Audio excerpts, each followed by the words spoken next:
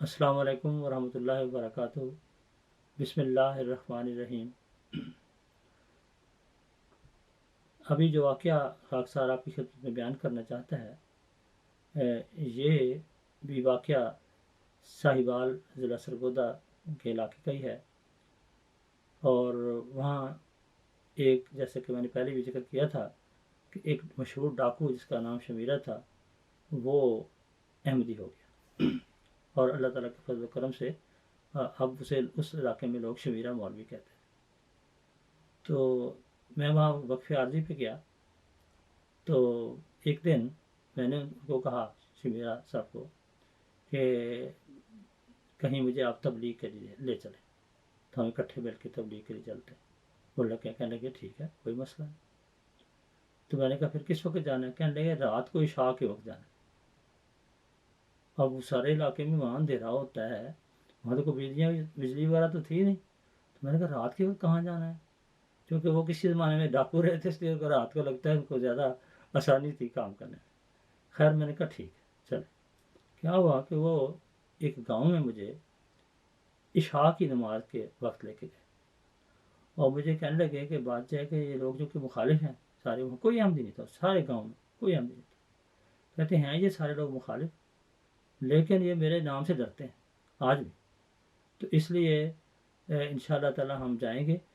اگر ان کو پہلے پتہ لگ گیا کہ ہم آئے ہیں تو وہ جلدی جلدی چلے جائیں گے۔ اس لیے ہم نے کیا کرنا ہے کہ جب تک وہ السلام علیکم نہیں نہ کہتے، ہم نے باہر دروازے کے باہر ہی کھڑے رہنا ہے۔ بالکل اندھیرا تھا، کوئی ارد گرد لائٹ نہیں تھی۔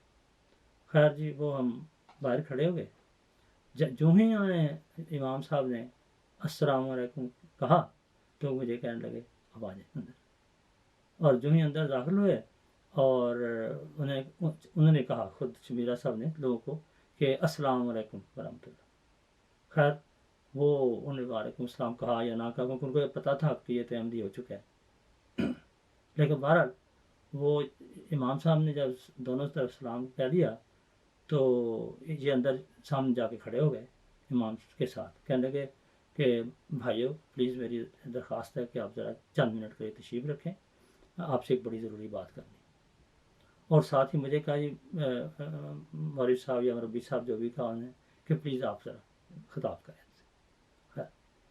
اور ساتھ ہی انہوں نے ان کو یہ بھی بتا دیا کہ دیکھیں یہ ربوہ سے جماعت احمدیہ کے مبلغ آئے ہیں، تو میں ان کو لایا ہوں تاکہ جو باتیں آپ کچھ سے پوچھنا چاہیں پوچھیں، اور یہ بھی آپ کو کچھ بتائیں کہ جماعت احمدیہ کیا چیز ہے۔ خیر میں نے کوئی 15-20 منٹ جو ہے وہ تقریر کی، جماعت کا تعارف کرایا، حضرت مسیح علیہ السلام کا دعویٰ بتایا، چاند سورج کا گرین جو ہے اس کے متعلق بتایا، پھر بلاؤ تقول علینا بعض الاقاویل والی آیت بتائی کہ جھوٹا دعویٰ الہام کرنے والا قتل کیا جاتا ہے۔ یہ قرآن شریف کی سورۃ الحاقہ جو کہ 69ویں سورت ہے، اس کی یہ آیات 45 سے 48 ہیں، اور اس میں تمام مفسرین نے کہا ہے کہ واقعی یہ ایک نشان ہے جو اللہ تعالیٰ نے یہاں بتایا ہے سچے اور جھوٹے کو پہچاننے کے لیے۔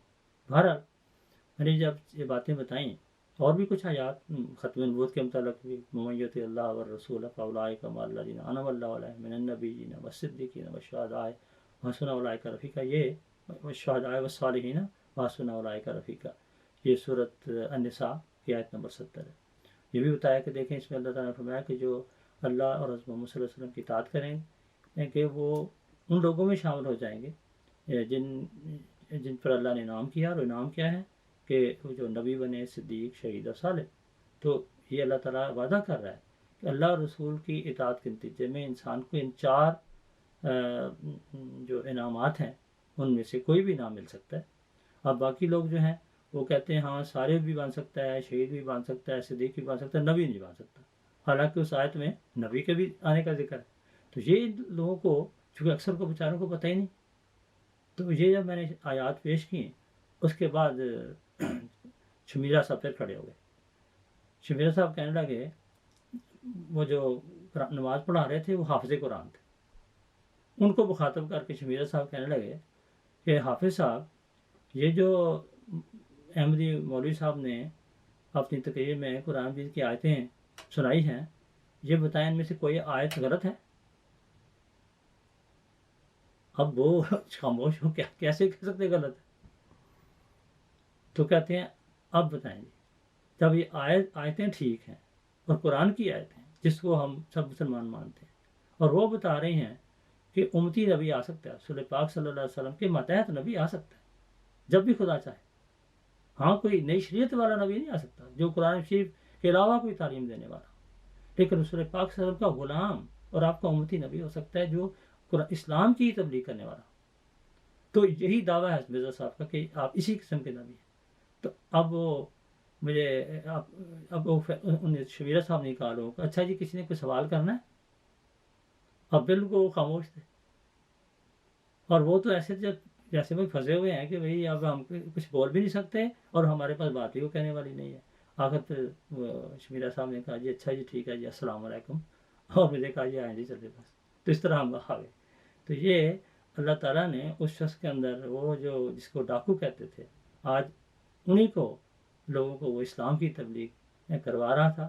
تو یہ ہے تبدیلی جو جماعت احمدیہ میں شامل ہونے کے نتیجے میں اور خلافت کی برکت سے اللہ تعالیٰ کے فضل و کرم سے آج تک یہ جماعت احمدیہ میں چلی آ رہی ہے. وآخر الدعوانا الحمدللہ رب العالمین.